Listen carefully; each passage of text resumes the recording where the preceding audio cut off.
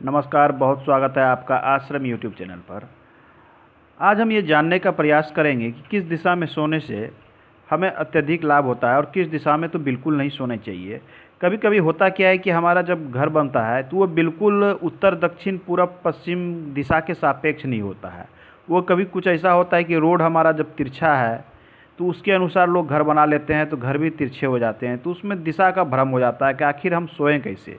Exact दिशा में तो लोग सो नहीं सकते हैं। जब उसमें कमरे बनते हैं तो वो ना ही एग्जैक्ट उत्तर दक्षिण रहते हैं, वो कभी कभी कोने कोने चले आते हैं, तो कोई ईशान कोण में वाल हो जाता है, कभी वायु कोण में वाल हो जाता है। तो इस प्रकार की बातें देखने को मिलती है।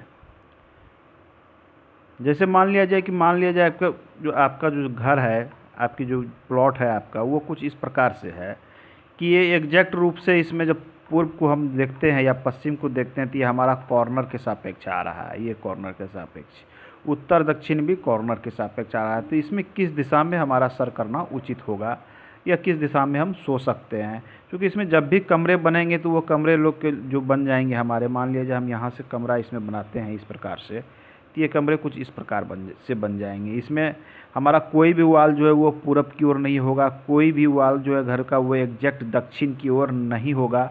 वो जब भी होगा तो ये कॉर्नर कॉर्नर होगा। तो उस परिस्थिति में क्या करें? सबसे जो सामान्य परिस्थिति है, तो शास्त्र में कहा गया है कि एक दिशा सबसे पहले हमें छोड़ देनी है कि ये हमारा है उत्तर। तो ये उत्तर की दिशा में तो सर बिल्कुल नहीं करना है, ये शास्त्र में कहा गया है।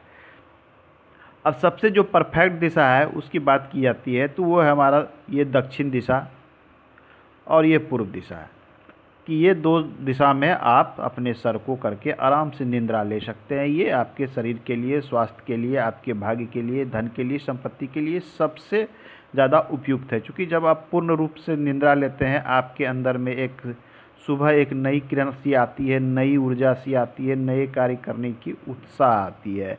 इसलिए इन दिशाओं में रह के सर रख के सोना चाहिए। अब वैज्ञानिक रूप से भी ये प्रमाणित है कि इस दिशा में सर रख के सोने से आदमी को बहुत ही अधिक लाभ होता है।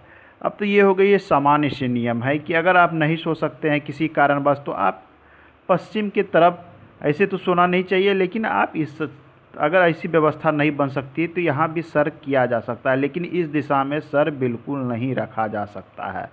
ये तो हो गए सामान्य। जब आपके जो है घर के जो वाल हैं, जिसे दीवार कहते हैं, वो बिल्कुल दिशा के सापेक्ष हैं। जब दिशा से उल्टे सीधे हो जाए, मान लिया इस प्रकार से आते हैं, ना ही वो एग्जैक्ट कोई वाल आपका पूरब दिशा में आ रहा है, ना ही कोई दक्षिण दिशा में है, तब हम क्या कर सकते हैं?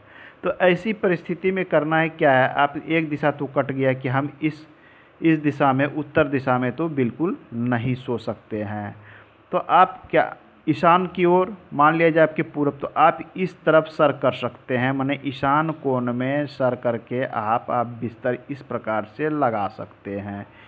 आप इस कोण में आप ईशान की तरफ सर करके सो सकते हैं, इसमें कोई समस्या नहीं है।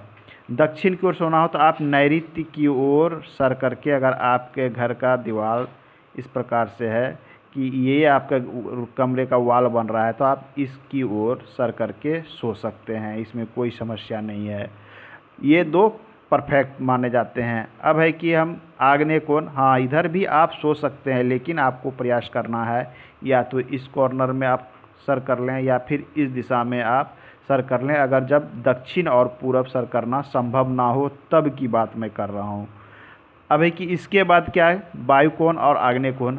तो आप विशेष परिस्थिति में इधर भी सर करके सो सकते हैं, लेकिन ध्यान देने की बात है कि आपके सर की तरफ यहाँ पे स्ट्रेट वाल होना चाहिए, ये एक ज़्यादा महत्व रखता है। आप इधर भी सर करके सो सकते हैं। आपको सिर्फ दिशा में छोड़ना है तो दक्षिण की ओर छोड़ना है, और जब आपके घर के सापेक्ष कुछ इस प्रकार से हो कि वाल की तरफ ना हो, आप कॉर्नर की तरफ दिशा में पड़ता हो, तो उससे कोई हानि आपको नहीं होने वाली है। आप इस दिशा में सर कर सकते हैं और इस दिशा में सर करके सो सकते हैं।